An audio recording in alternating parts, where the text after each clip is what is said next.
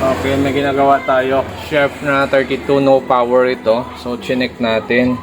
Nakuha na natin yung problema. Yung isang ceramic niya ay sibak. Yan. So, ito yung salarin. Kaya nasira yung pinaka power supply natin. So, dito yan sa capacitor na si 7011. Tapos, na-check ko yung diode natin. May shorted yung diode. Tapos, yung fuse natin ay open. So, try muna natin i-repair yung pinaka mga diode nito.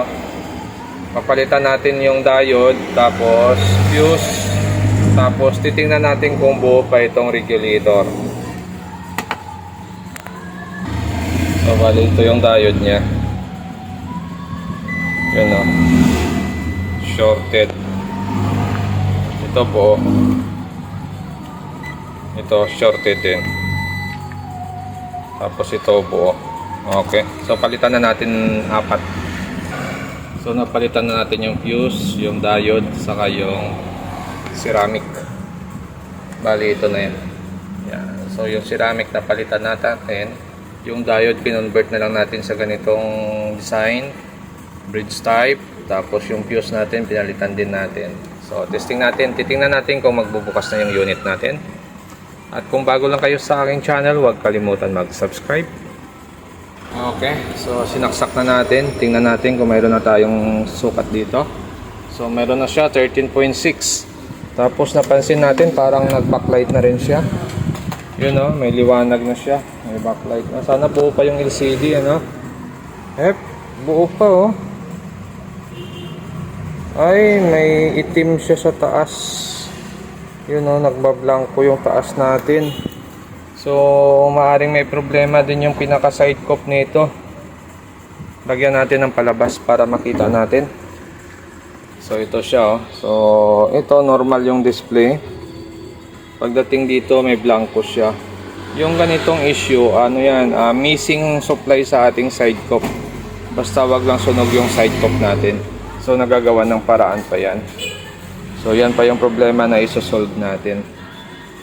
Yan. Pero okay na yung power supply natin, nag-power on na siya.